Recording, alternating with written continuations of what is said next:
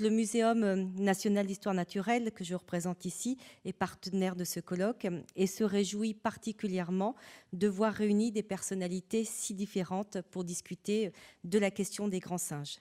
L'histoire naturelle nous rappelle que l'homme a une composante biologique et une composante sociale. La connaissance des processus d'évolution et l'approfondissement de la phylogénie nous révèlent les liens qui unissent l'homme aux êtres vivants. Nous parlons volontiers d'humains et d'autres animaux.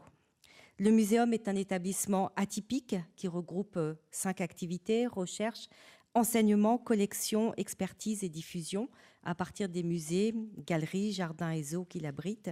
Et je vais vous présenter très brièvement 3 aspects reliés aux grands singes. Plusieurs projets de recherche interdisciplinaires coordonnés par l'équipe du professeur Sabrina Krief concernant les grands singes menés au muséum ont permis de mieux les connaître, qu'il s'agisse de leur patrimoine génétique, des cultures présentes au sein des différents groupes, des connaissances qu'ils possèdent. L'ensemble plaide pour une proximité forte avec les humains. Les études montrent que ces espèces manient des outils, ont des règles sociales, transmettent des pratiques, qu'ils utilisent l'automédication, qu'ils conçoivent leur territoire globalement, ce qui permet aux grands singes de se nourrir non pas de manière opportuniste, mais consciemment en se rendant à des endroits précis. Si ces recherches peuvent être qualifiées de fondamentales, des projets intersectoriels plus appliqués existent également.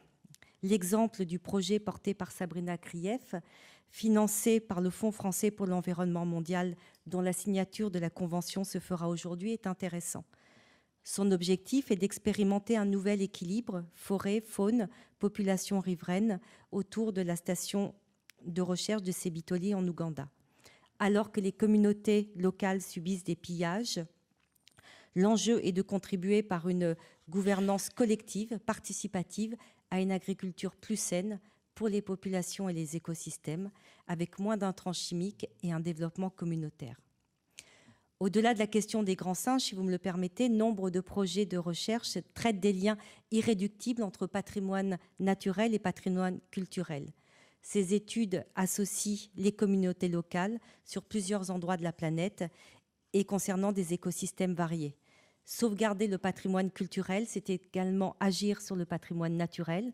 Un animal, c'est un mot dans le vocabulaire d'une langue. Ce sont des récits, des cosmogonies, des chants et des danses. Vous devez évoquer cette question et je me réjouis par avance de pouvoir vous écouter.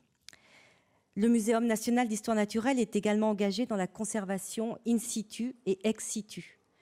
Les programmes de conservation tels que ceux que Sabrina Krief mène à la station de recherche et d'études de Sebitoli visent à mieux comprendre les grands singes et à permettre leur maintien.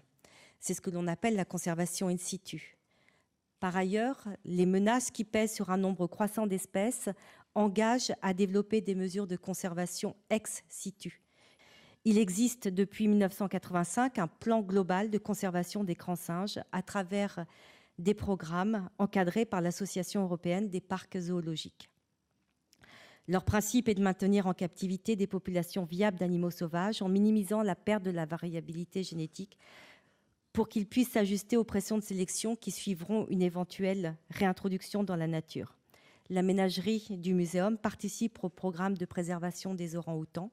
Il a pour mission de maintenir des populations viables de toutes les espèces et sous-espèces de grands singes, ainsi qu'encourager et promouvoir leur conservation dans le milieu naturel. Enfin, le Muséum national d'histoire naturelle a un rôle de transmission des connaissances et de sensibilisation. D'un point de vue assez général, mais c'est important d'insister, la connaissance de l'histoire naturelle permet de lutter contre les formes d'obscurantisme qui sont de plus en plus visibles aujourd'hui, qu'il s'agisse de créationnisme ou de négation des processus d'évolution. Les orang-outans sont en effet nos proches parents, et il faut le dire. Les scientifiques doivent plus que jamais se faire entendre sur ces questions.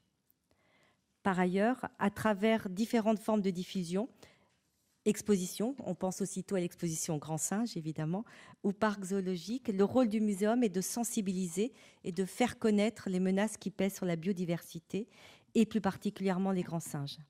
Ces actions permettent notamment de récolter des moyens financiers pour aider à la sauvegarde des milieux naturels et des populations de grands singes.